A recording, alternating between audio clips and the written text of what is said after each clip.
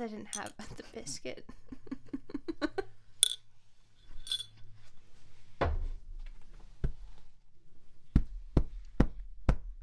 Please don't joke. The awful thing about soda staying in your mouth longer is it just gets fizzier and you can't swallow it. Oh no. It burns. Okay. I hear baby. I'll be right back.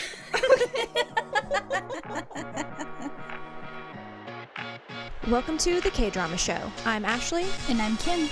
We're here to unpack your all-time favorite Korean dramas and chat about all the reasons that we find these shows so charming. And so addictive. And we know you do too, so settle in with some ramen and a boba tea while we dive into the K-Drama Show with Ashley and Kim.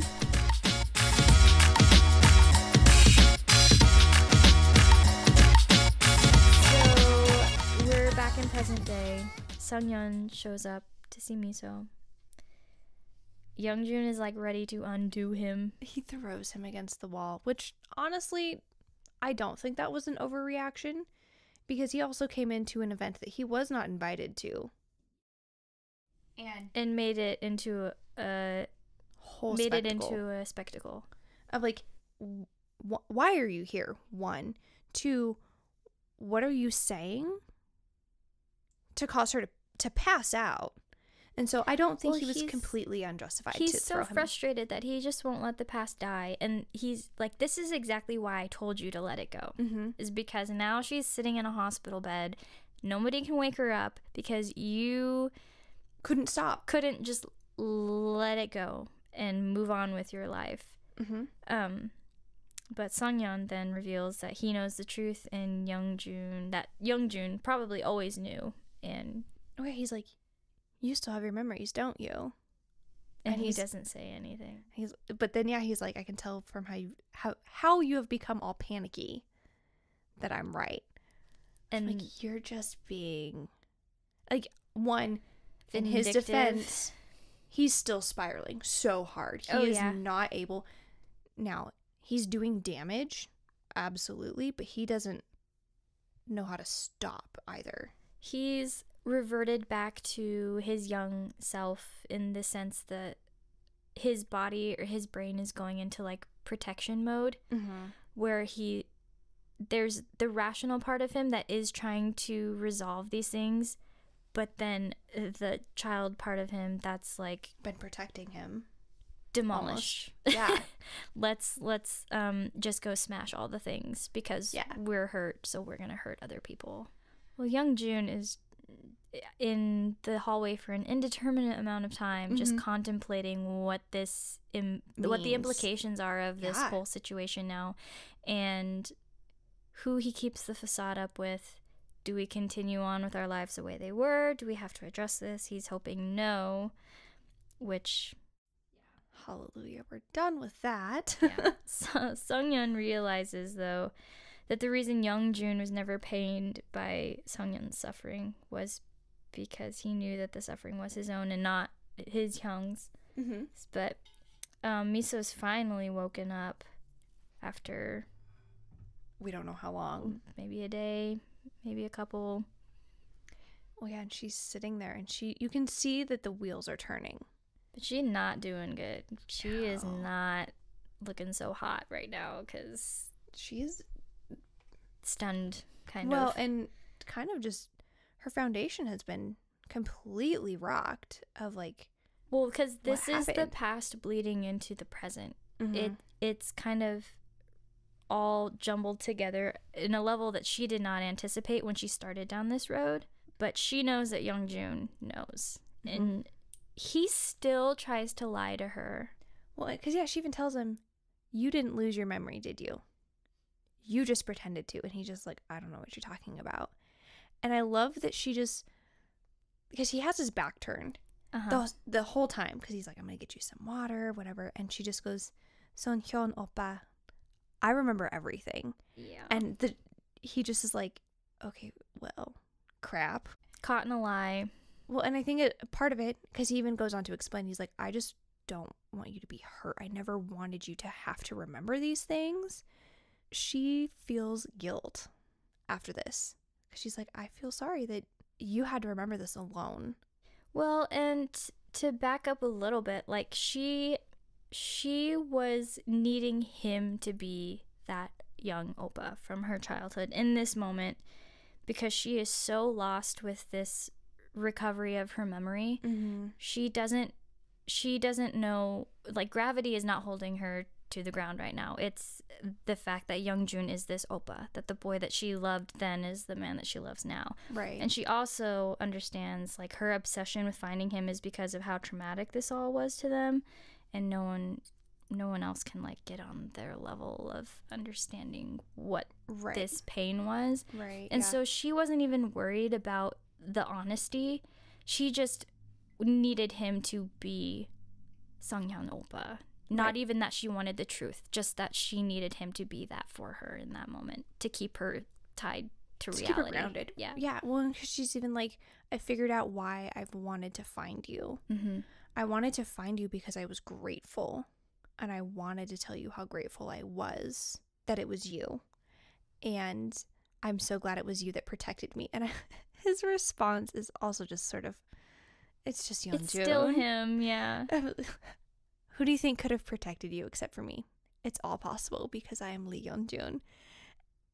I thought I could hide it forever, but I guess I failed. And that hurt me, I think, more than her going like, I wish you just would have told me that you were my Oppa. Mm-hmm. But he was just like, no, I needed you to not be hurt. Well, here's... And it's a lie, which still sucks. Yeah. We're not discounting that at all. But they finally are honest with each other. Finally. It's only taken us 11 episodes. Only. But 9 years for those two. Mm-hmm. But so her protector was this Oppa. His protection is Lee YeongJoon. Yeah. Like SeongHyeon's protection is Lee YeongJoon. So he is who he needs to be to survive, because he had no one. He didn't have his brother. He didn't have his parents. And he would never even imagine putting that on MiSo, because he was so concerned for her.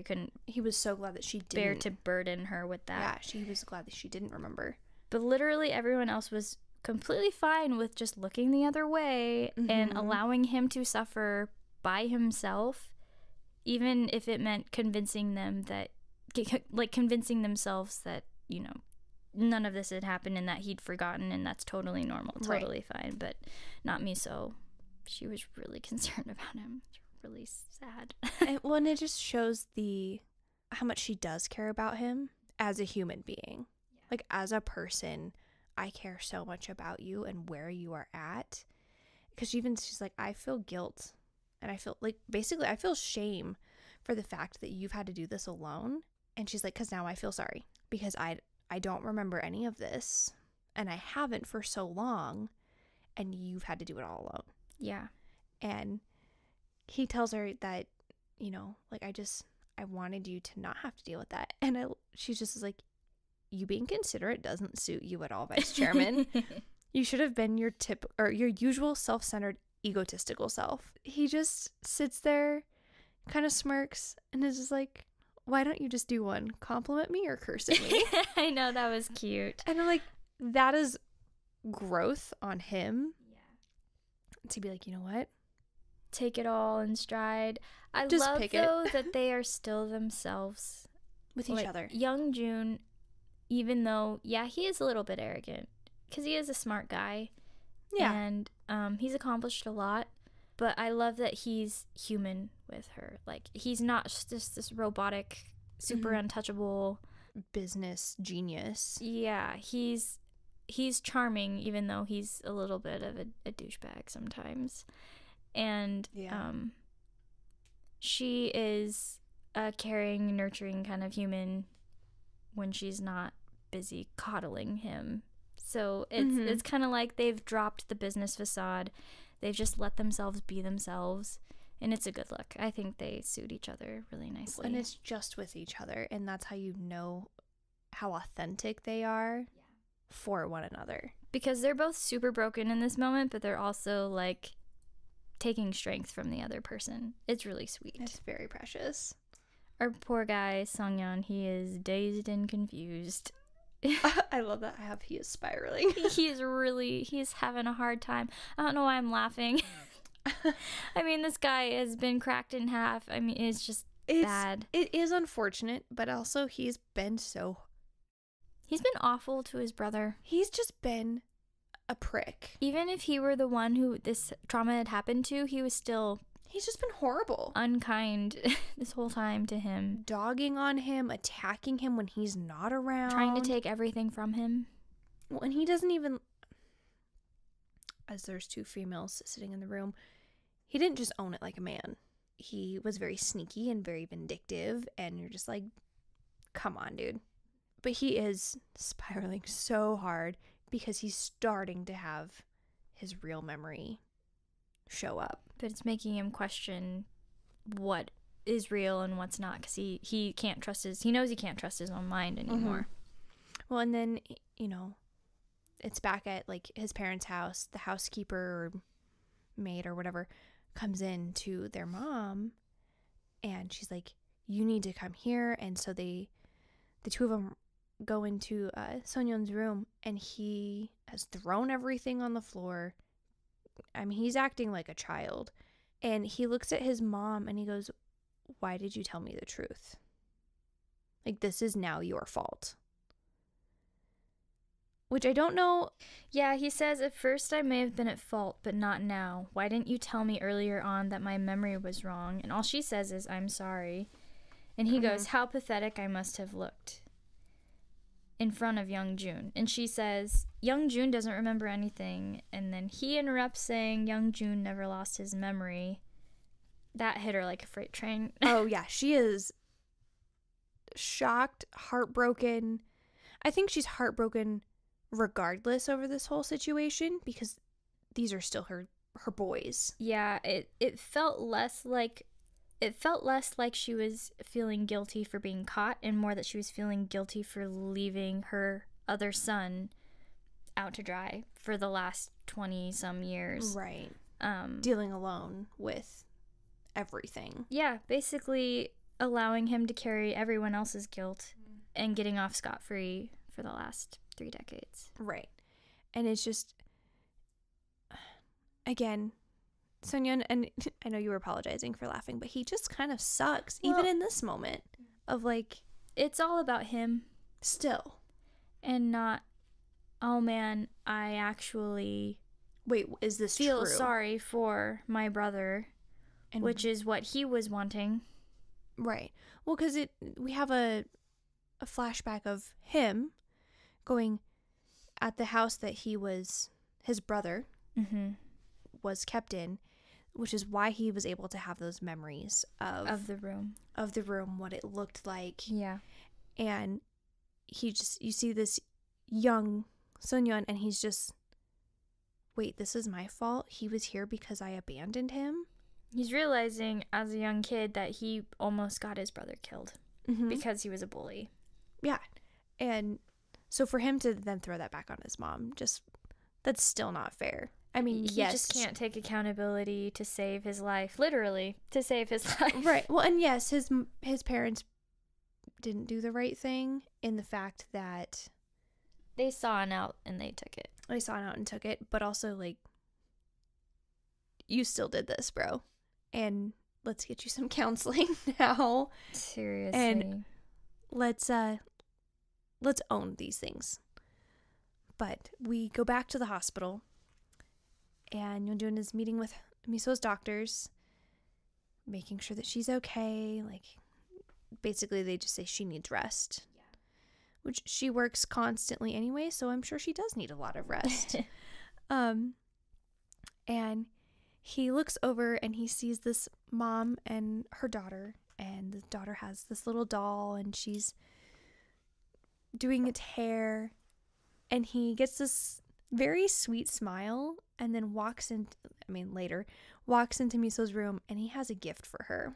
And he's like, this lady or whatever has time traveled from 1994 to 2018 and she hasn't aged a day. And it's so cute. It's so sweet. And he has brought MiSo the Nana's Sweet Home that she'd asked for when they were babies. And he got her back to her house.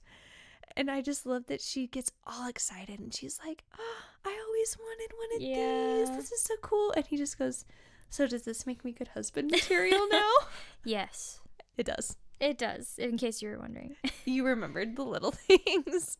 So then he asks if they could be married now that he bought her the house and he's proven that he's rich. I mean, come on. She says she doesn't remember. He says, it's fine. I guess that could happen. When a 9-year-old boy asked for a Nana's sweet home and the whole family went berserk.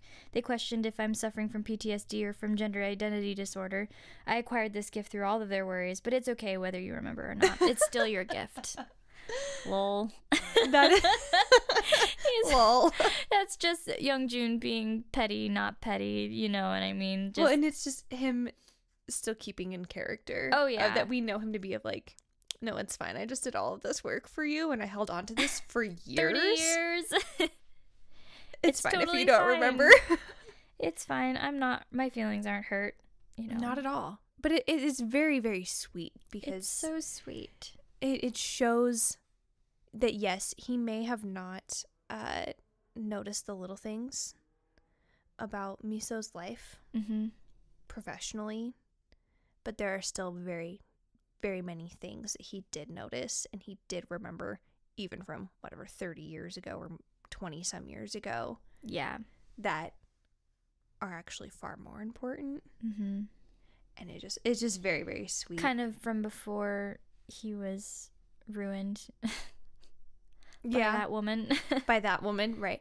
But she's talking about dog treats are usually wrapped in cowhide, and when they're buried, they decompose and just disappear without a trace. And she's like, so just like those treats, why don't we take our bad memories and just bury them like we would with dog treats? And just, it's very sweet because she's also showing that she picks up on those things that are important to, well, maybe not important, but like the things that he says that have importance. She's like, yeah, I'm with you on that. So let's, I'm here now. I've arrived. Yeah, you were right. Yeah, and then we get our sweet back hug, hug from behind. Yeah. With 4 iterations of it. 3-4 different angles. So the next day, MiSo is ready to get back to work, but YeongJoon basically refuses to allow her back. She's requiring a full body scan, the whole shebang, and says, from now on, you must slow down because you're my woman. I just love that she looks at him with her hands curled and she's like, The cringe. This is what you have done. I can't uncurl my hands. And he goes, good. That means you can't work anyway. Okay. Do you think that was cringy? Of him telling her, I need you to slow down because you're now my woman. Like, at least today. Because he's not asking for that for the rest of her life. He's like, just today, I need you to rest. It was a little cheesy. And I think that's what she was giving him a hard time about was, he's not being boss man. He's being protector boyfriend. Right. And so I think she was just giving him a hard time. Right. But would you find that cringy if that was said to you? I don't even let my husband call me pretty, so probably. I'm very bad at taking compliments. Sorry, babe. He yells at me. He's like, why can't I just call you pretty? I don't know. I think it is cheesy. I don't think it's cringy, though. I think there's a difference. Yeah, I think there is, too. But I do like that she's calling him out and be like, okay, you're acting like this now. Who do you think you are? Is this the boyfriend I'm going to have to fend off at work now? Right. So YeongJoon is back to being the boss. Breezes over a work meeting because he's just trying to get out of there. No time flat. That's totally out of character for him. He kind of leaves everyone reeling just a bit. YooSik is over here thinking it's because YeongJoon's doing him a solid for his state of mind lately with his ex-wife being with another man. And he's going over, how much this means to him, how great a friend he is. YeongJoon dips out in the middle of all of this. Not even in the middle. It's like he started talking and he's like, okay, bye. He's gone. And young YooSik is just like, wow, how did he get so far that fast down the hallway? Poor YooSik.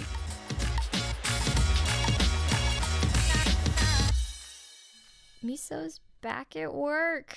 Well, YeongJoon, like, gets to the doors and he looks and he's like, you can't be there because I miss you so much and I'm hallucinating. I know, it was cute.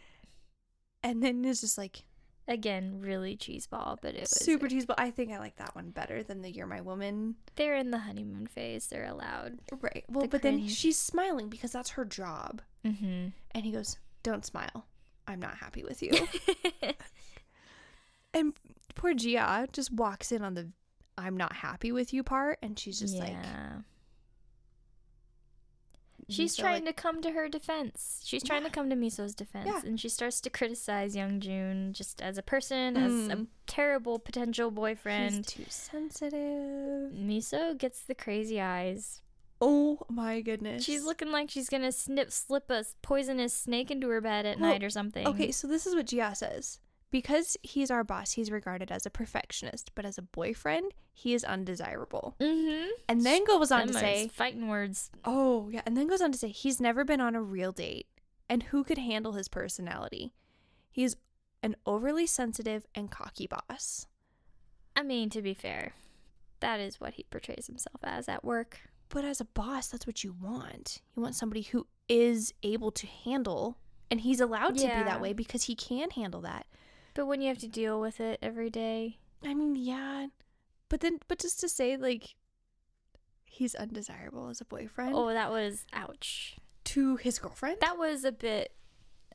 I mean, you can criticize your boss as a boss, but to, like, throw out the personal is that's a little harsh. Well, and poor Gia gets the look from MiSo and, like, dude... Daggers. You don't know that you're on such thin ice that you're about to die. She's so scary. Okay, we mentioned her being cutthroat like at the very beginning, like episode 1. Except now we're personal. Oh, it got so personal so fast.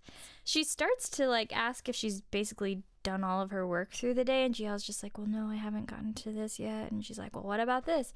Well, no, I haven't gotten to this. And MiSo just goes, a cocky man is not great, but an inefficient woman is not great either. And Jia's just like, okay, tucks tail and kind of... And then MiSo gets the crazy eyes one last time. Like, she plays that a little too well. If you know and then mean. Just like the look on her face, she's just like so pleased with herself. I know. We're just like, look at me go. Got a couple of sociopaths in the office over here. Oh my goodness. But then YeongJoon is in his office and he keeps looking through the window at MiSo and he's like, she needs rest. How do I find a way to get her to rest? And like she like rubs her neck and he goes, she's so tired. Like, oh no. And I just love that he's like, okay, if she blacks out again, my lifespan is going to be shortened. Yeah. And he goes, my brain is sexy as my body. Are you listening? I'm listening. Oh, you are listening? Gosh. I know you work 3 times harder than everyone else, but I need you to come up with a plan to get her to rest. It's ridiculous. His inner dialogue is just... It's not so inner dialogue. No, but it is... I always think he that. really is just as cocky as everyone thinks Oh, he is. absolutely. It's just so funny. My brain is sexy as my body. Are you listening? I'm listening. Oh, you are listening. Like, it cracks me up. Park Seo-joon plays comedy so well. Like he does the charming, cutesy romance stuff well, but the comedy, and not every male lead sells it as well as he does, I feel like. Oh, I agree. And that was even like a couple episodes ago when he is in the robe and he's like, because it would hurt your heart to see the muscles underneath this. I'm gonna go put clothes on. Yeah, the way that he delivers things, it's just believable enough that it's kind of hilarious. Absolutely. So Secretary Seoul is munching on a snack and reading a comic at her desk. YooSik rounds the corner after, getting abandoned by YeongJoon and requests his Chinese herbal medicinal drink and asks her to be really careful because it's so expensive. And, you already know she's going to do the wrong thing. We already know. He ends up drinking her appetite suppressant and she drank his expensive health drink. And then he proceeds to ask if there's a supplement to suppress rage. Is there a tea for calming irritation and suppressing rage? Yeah. And she goes, I don't think so. He goes, that's what I need right now. I've suppressed my appetite, now I need to suppress my rage. Okay, this actor, I have seen him in multiple K-dramas at this point. He's in one called Oh My Ghost. He plays like the sous chef. Yeah. He's hilarious in that one. This one, he's in a couple others. He's in the Uncanny Counter season 2, and he's the villain.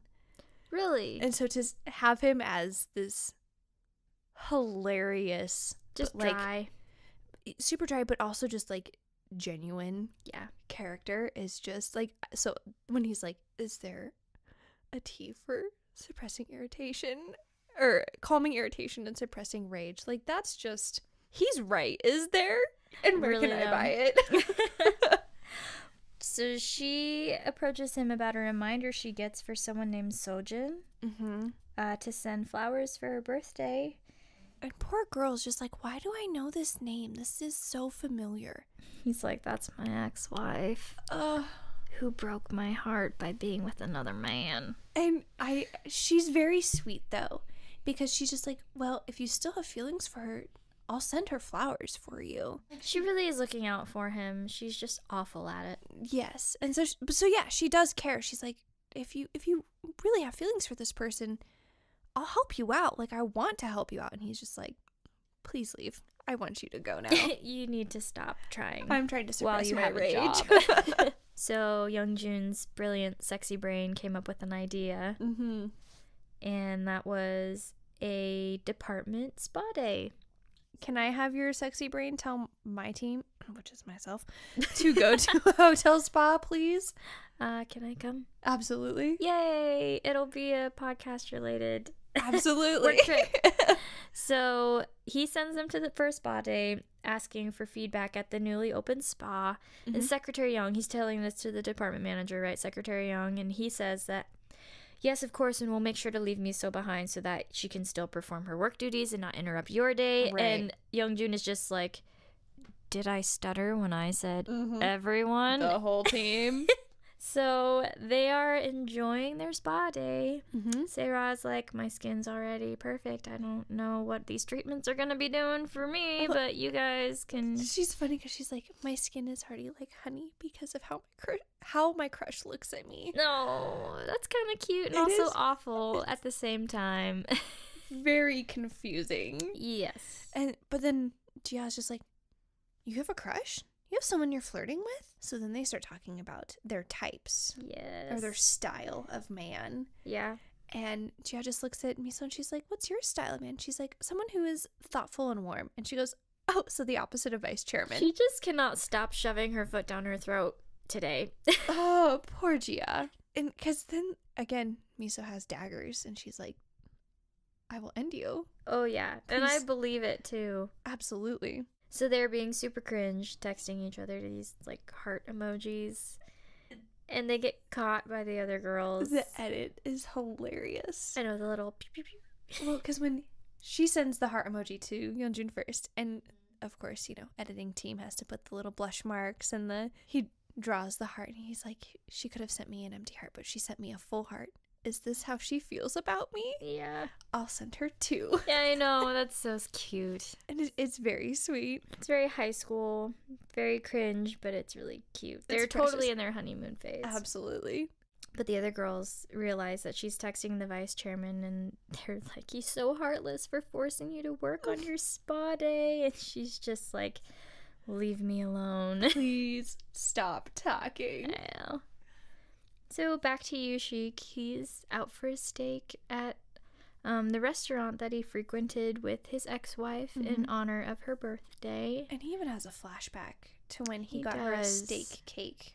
He was really thoughtful in his own kind of, you know, misguided sort of way. Yes. But he really did. I mean, he saw things that she liked and was like, I know you really love this steak here, which is why I made you a steak cake. He's just going through it. He really is. He tried really hard. Like, honestly.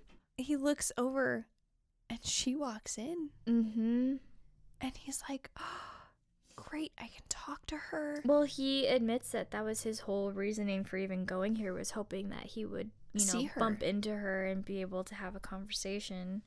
But then we find out that this other man is actually with her. And he goes, basically, you're her boyfriend. And she goes, this is not my boyfriend. And he goes, your husband? Oh, because in the middle, he's like, you cruel woman. You cruel woman. And she just goes, this is my Oppa, my cousin, my older cousin. And he looks at him and goes, 안녕하세요, Oppa. And bows. and he's bows just... to him, which is so funny because if you don't know, Oppa is a way for a woman to refer to an older man that she has a close relationship with. Mm-hmm. Not for a man to refer to an older man. And he's just like, 안녕하세요, Oppa. 안녕하세요, Oppa. Oh, YooSik, honey. She ends up, like, really digging into him, and it's kind of unfair because she calls him rash, which is it's very directed. It's very, because she's like, I don't know if you knew this, but it was my birthday, so thanks for making it a happy birthday. And he was just like, but that's why I came here, is I was wanting to see you on your birthday. Well, and it makes you wonder what the heck the breakdown was between the two of them. Mm-hmm. For him to be such an attentive husband, again, in a sometimes misguided way, but women can see that. They can see you're trying. What the heck happened? Yeah. And why is she so angry at him when he's still clearly like head over heels for this woman? Completely. Did not want to leave her. Was completely hung up on her. Mm-hmm. Yeah. No sign of you know, leaving on. You know, despite him saying, I'm just gonna move on, I'm just gonna forget. Yeah, because he's hurting and he's still in love. Yeah, so you just makes you wonder what happened, and I don't remember either, so we'll find out. I think it's in a few episodes. Yeah. So YooSik is back at the office speaking with YeongJoon, asking him to drink, but YeongJoon has plans. Well, he's not just speaking with him, he is like, she called me rash. I guess I was rash for going there. And I guess I was rash for doing this. And just goes on He's and on. He's having a bad day. Poor man. He's had a bad month. Well, and like his morning started with the meeting going super fast. And then Yeonjun be like, okay, everything looks great. And he's like, my man, you got my back. Thanks. And then it was, oh, you're gone. You're up there. How are you so fast? And then it was seeing his ex after drinking the wrong tea because his secretary can't do her job correctly. Yeah. He is going, because then he doesn't even like have like a name for himself. I don't remember the Hangul for it, where he's like changes his name to like calling him Rash instead. He's asking YeongJoon, like, I just need a buddy. Can we go get drinks? And YeongJoon's like, no, I have plans. And he goes, is it me or is it Secretary Kim? Basically, choose right now. Mm-hmm.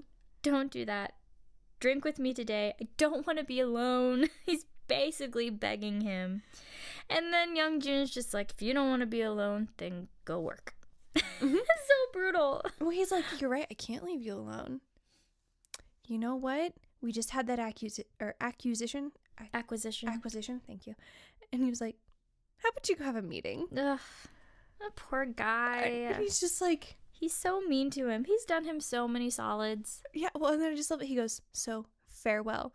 And YooSik looks at him and just pretends to fall asleep on the couch. And he looks at him and Yeonjun, does the wave again. And he goes, back down. Like, you can't see me. I am passed out. And basically, the wave of the hand is me being murdered because you're so horrible to me. You're just the worst. So YeongJoon, after everyone gets back from their spa day, tells the secretary team to take the remainder of the day off, but they think it's some kind of test and they just like insist on working the rest of the day. And he's just like, go home. They're Please leave. No. Get out.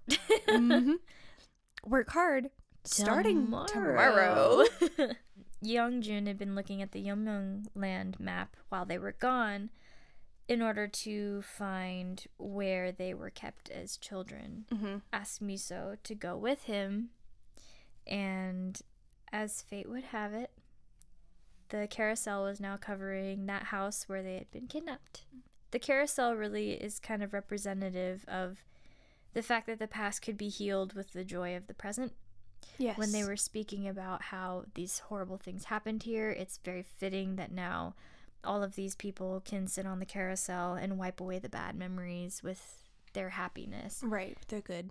And it is very sweet because it's like they get to finally close the door on that horrible, horrible chapter. Not that there's not still going to be residual healing from that, but they're just like, okay, we get to be done having to dive into that now. It doesn't have to control us anymore. Right. We don't have to, that doesn't have to be the driving force for a lot of our decision making.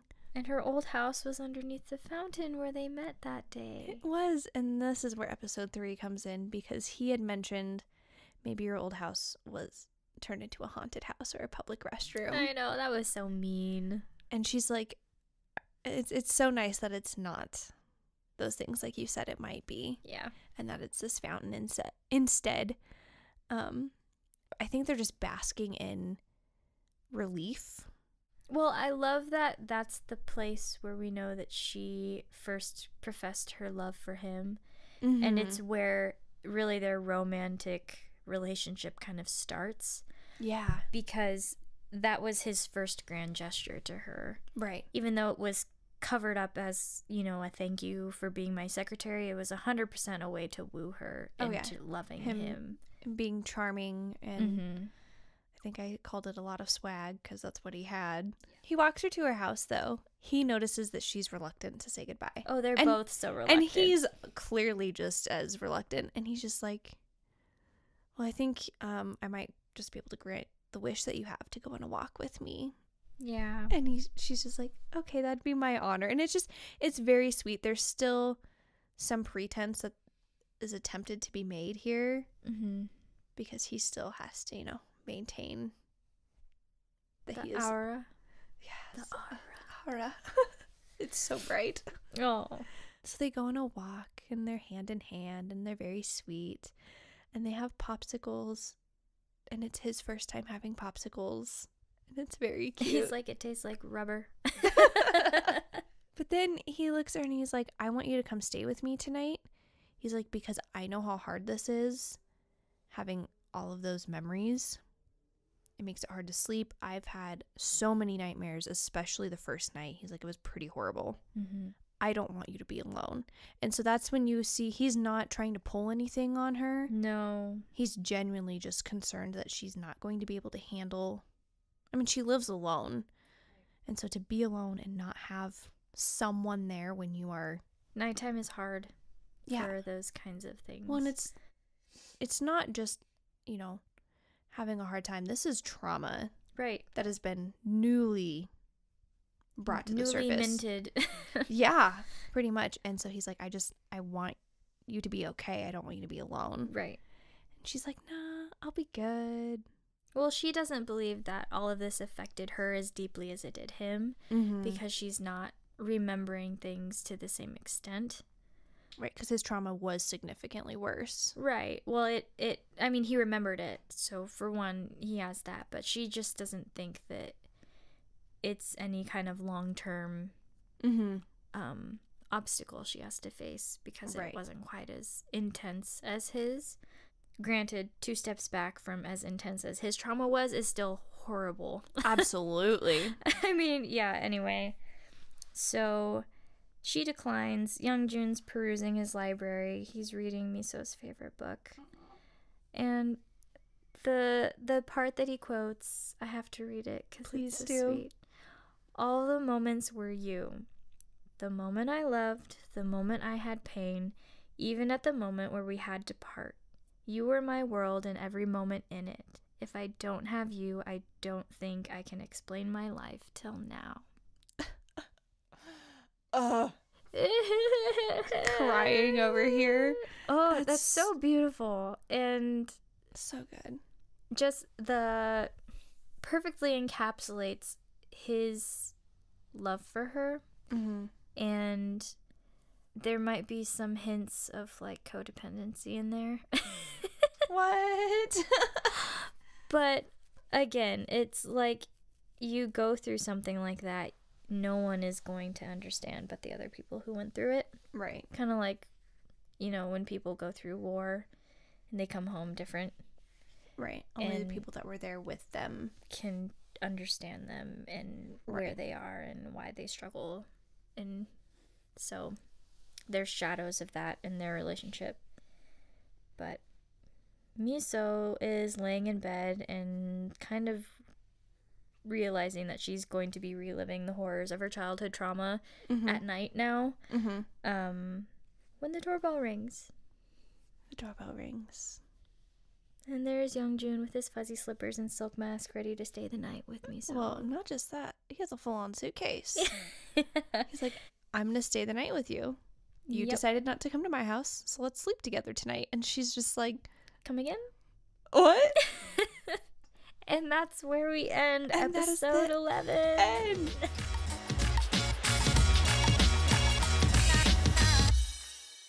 That is an ending if there's ever been an ending to an episode. That felt like classic K-drama.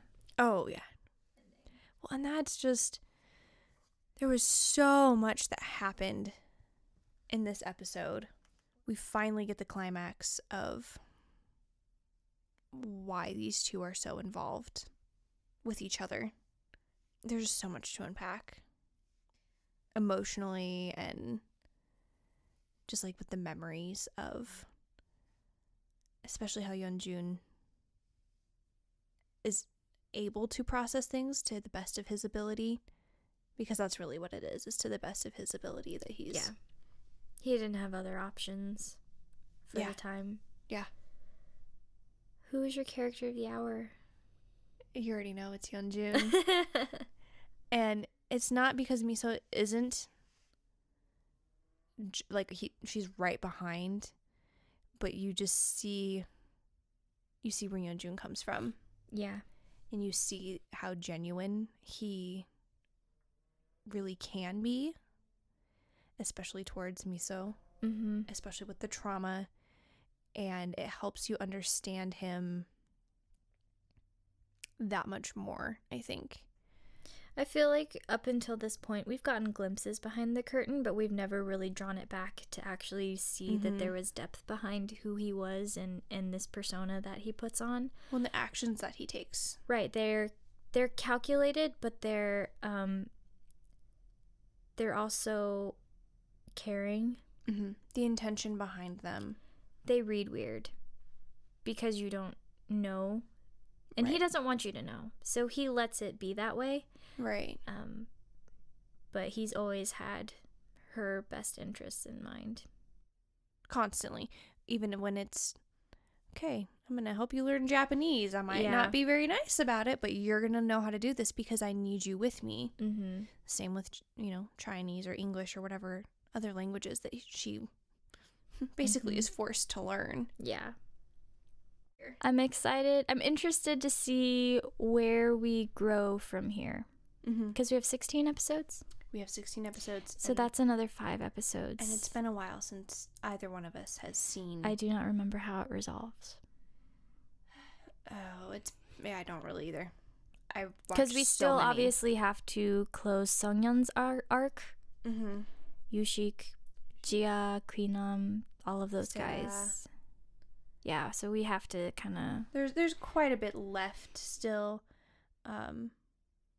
But also... But we get to see the cutesy relationship stuff now. Now we can. Minus the trauma. Minus the trauma and minus the older brother playing the victim. Yeah. And although we never really cared about him. If we're being honest about it. No, we didn't. It doesn't matter how pretty you are. If you're kind of a terrible person, we're not interested. Makes a 10 into a 3. We were talking about this earlier. We've got to stop rambling and end this episode. If you're not already following us on Instagram, make sure you look us up at the KDrama Show. Follow us on Spotify and YouTube. Leave a comment. Let us know what you thought. We'll see you next time on the KDrama Show. Like what you're hearing? Go ahead and hit that follow button so that you don't miss out on any new episodes. Thanks for listening to the KDrama Show with Ashley and Kim. We'll see you next time.